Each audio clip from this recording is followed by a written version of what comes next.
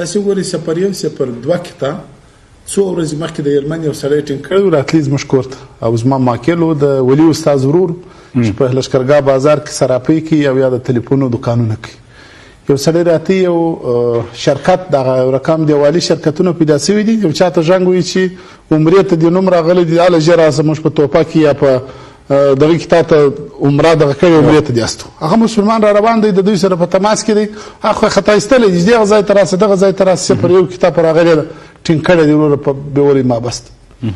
ریاست امنیت ملي ټولو سره په تماس کوم چې په دغه نامه دی د نافع په نامه یو سړی تاسې بېولې دي دا سړي معلومات خو زه خپله ولاړم هغه حوزې ته احصایې ته ټولو متکو ته ولاړم یعنې دا سړی چې کله په 3 ورځې کې ما دا سړی رایله کړي او دا سړی و امر روان دوی راغوښتي دوی تلیفون ورته کړی دی چې ستا نوم په حاج عمره کې غورځېدلی دی راسه حاج عمرې ته دې استو که دا په تلیفون فیسبوک یې کتلی چې دی خورا د املا وزم یې دی نو په دغو شیانو بیا راولو موږ د یو تور یو تاوان به پسې وتړو باره په د کابل کې چې پېښ شوی دی به ټینګ کړو یو تور یو تاوان پر وتړو هغه چې مې راوست هېڅ یې نه ول 200 یا 100 نور نفر ناست چې پښتو یې ول یا ژبه درلودل دلته بندیان و ټول پښتانه و او ټول یا ژبې درلودل په ژبه خلک و چې ژبه یې درلود هغه ناست و پوښتنه وشي څوک هغه به زه داسې راغوښتم هغه به زه داسې راغوښتم یعنې د دوی څه اوس هغه اصلي طالبان چې دوی ټینګ کړي داعش ټینګ کړي دلته چې ورانکاره کارونه کوي هغه ټینګ کړي د دوی څه هغه لار ورکه سوې ده اوس هغه دوی نشي ټینګولی اوس بې ګناه خلک ټینګوي په بدل کې د ګناهکارو پرې وي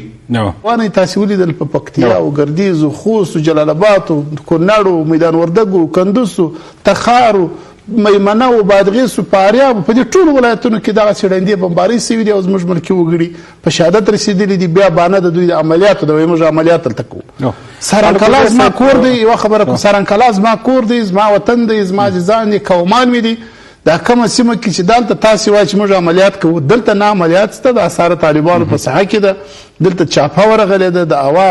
هوایي ځواکونو د هوا څخه په مرمیو توپونو بمانو باندې خلک ویشتلي دي چاپه کښته سوی د ملکي وګړي دا اوس هم د حج بسم الله کا چې زما کاکا دی حج بسم الله کا نږدې قریب مې دی د هغه زوی د اسمت الله په نامه دی اوس کندهار ته پرېولی دی د طالب په نامه پلار په لښکرګاه کې دی قومي مشر دی هلته زامن ټول په دې دولت کې ولاړ دي په دې حکومت کې ولاړ دي پر مځکه باندې خپل بزګري کول هغه بېولې دي دغه رقم خلک یې بېولي دي چې دا د طالبانو سره همکاره دي د طالبانو سره دي سیمه د طالبانو په لاس کې د منطقه د طالبانو په لاس کې د نیم افغانستان د طالبانو په لاس کې دي حکومت وایي دلته د غوث ماموریت ناټو دی دولت دی قانون دی حقوق بشر دی دا ټول شان دلته موجود دي او طالبان تاسې وایاست حکومت ستا په خوله زه وایم ته وایه چې دا یاغیان و باغیان دي ته دا بولې او هغه د افغانستان نسبي خاوره د طالب د حاکمیت لاندې ده او ته وایه چې پر دغه کوره څخه ټک وسو زما د سیاسري زما د ورینداري زما د اکا د لور زما د سپین ږیري کاکا زما د ماشوم کوچني ماشوم په زانګو کې پروت دی د دې کومه ګناه ده د دې کومه ګناه ده چې د یو ټک په تبادله کې تا هلته بمان پر وغورځوې ناټو ته امر وکړي چې هلته بم پر وشوک زما د دغو ماشومانو د دغو ښځو څه ګناه ده ولې په دغه چې مسلمانان دي په دغه چې کلمه وایي په دغه چې 5 وخته لمونځ کوي دغه مسلمانانو ژوند مه راڅاخئ دا خو بیخي ظلم دی دا خو بیخي ظلم دی چې زموږ پر ولس باندې اوس فعلا دوام لري او دا لړۍ روانه ده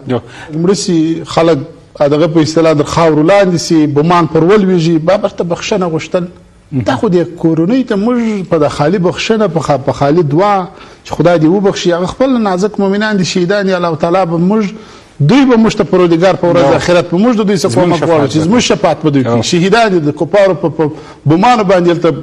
ټوک ټوک سول در به دره سو پر ځای نه دي معلومې چې چیرې دي خو ما د ملي امنیت مشاور سره برای ما خبرې وکړلې چې باید دغه حالتونه تکرار نه شي په ګردیز کې تکرار شو په وردګ کې تکرار شو په کندوز کې تکرار شول په هلمند کې په وارو تکرار شو په فاریاب په فراه او په ټول افغانستان په جلال آباد او کونړ او لغمان ټول کې تکرار شوی ده ته پر دې باندې کار وکړه ناټو ته وایه چې وروره خلک مه راوژنئ که ستړي یاست وځئ او دا وایه دا به بانه سي د افغانستان ولس به پر موږ راپورته سي موږ به حکومت ته وایي چې موږ تاسې ولس نه غواړي خو دا ځان ته خبره ده سم دم د رئیس جمهور ته کښېنه چې موږ وځو ولاړ سئ ځئ ولاړ سئ د جنګ ستړي یاست نور موږ پوه تاسې مات سوي یاست جنګ نه سئ کولی که چیرې دغه رقم باندې لټوئ چې د خلکو په خاورو کې په سترګو کې خاورې ورپاشلي خلک وژنې بمان غورځئ د خلکو غوسې او تظاهراتونه راپورته کوئ او ځان ته د حل لار پیدا کوئ چې زه ووځم خو دا ځان ته خبره ده دا په خلکو په مرګ یې دغه لار مه پیدا کوه راسه رئیس جمهور ته وایه چې وروره نور زه وځم